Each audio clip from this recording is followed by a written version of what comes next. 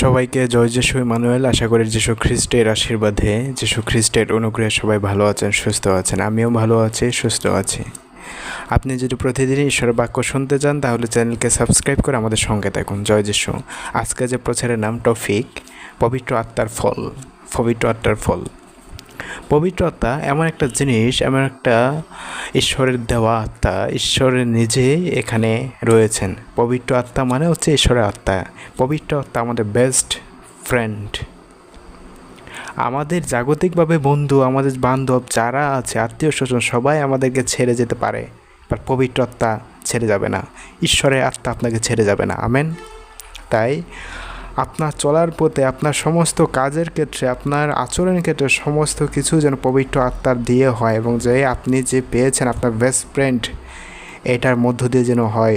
পবিত্র আত্মা আমাদের শিক্ষা দেয়, আমাদের চালায়, আমাদের অনুপ্রেরণা দান করে, সাহস দান করে, কিভাবে আমরা চলতে হবে, আমাদের জীবনের জন্য গাইডলাইন তৈরি করে। তো পবিত্র আত্মা খুবই গুরুত্বপূর্ণ। এবং পবিত্র আত্মা যখন আপনি পান, পবিত্র আত্মা যখন পবিত্র আত্মায় যখন আপনি চলাফেরা করেন, আপনার লাইফস্টাইল অন্যরকম থাকে। আপনাকে দেখে আপনার আলোর মতো থাকবেন। আপনাকে দেখে মানুষ পরিবর্তিত হবে, আপনার কথায় মানুষ চেঞ্জ হবে, পরিবর্তন হবে।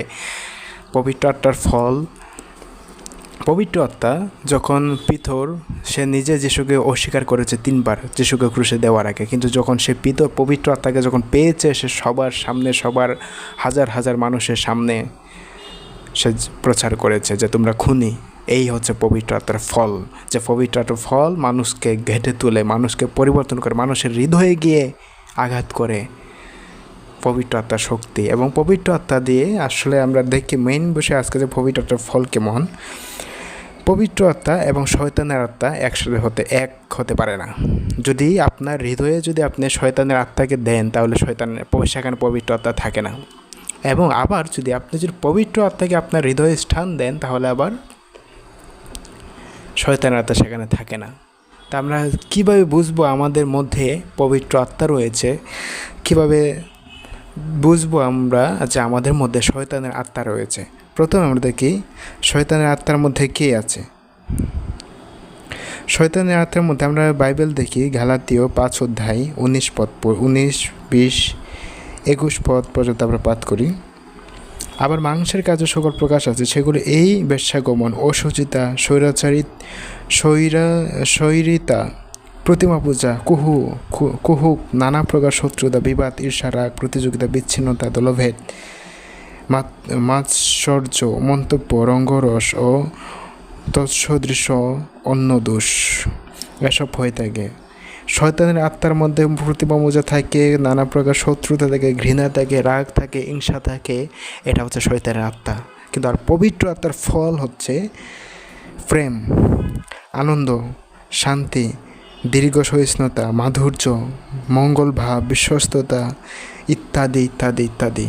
আমরা যদি দেখি যে গালাতীয় 22 পদে লেখা, 5 অধ্যায় 22 পদে, যে পবিত্র ফল আনন্দ, শান্তি, দীর্ঘ সহিষ্ণুতা, মাধুর্য, মঙ্গল ভাব, বিশ্বস্ততা, দেখতে পারি যে পবিত্র আত্মার ফল কি, পবিত্র আত্মা শয়তানের আত্মার ফল কি। তো আমরা পবিত্র আত্মার ফল, আপনি শক্তিশালিত হবেন, আপনার মধ্যে চেঞ্জিং থাকবে, আপনি মানুষকে প্রচার করতে পারবেন, আপনি সাহসের সাথে এগিয়ে যেতে পারবেন, ঈশ্বরের নাম, যিশুর নাম প্রচার করতে পারবেন।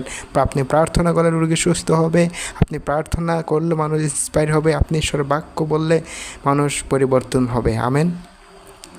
তাই পবিত্র আত্মা আমাদের সাথে যেন পবিত্র আত্মা বেস্ট ফ্রেন্ড হয়, বন্ধু, সবচেয়ে প্রিয় ফেভারিট বন্ধু ঈশ্বর। পবিত্র আত্মা যেন সেটা হয়। কারণ যীশু খ্রিস্ট বলেছে, আমি তোমাদেরকে একা রেখে যাব না, আমি তোমাদের জন্য সহায় পাঠাবো। সে সহায় হচ্ছে পবিত্র আত্মা।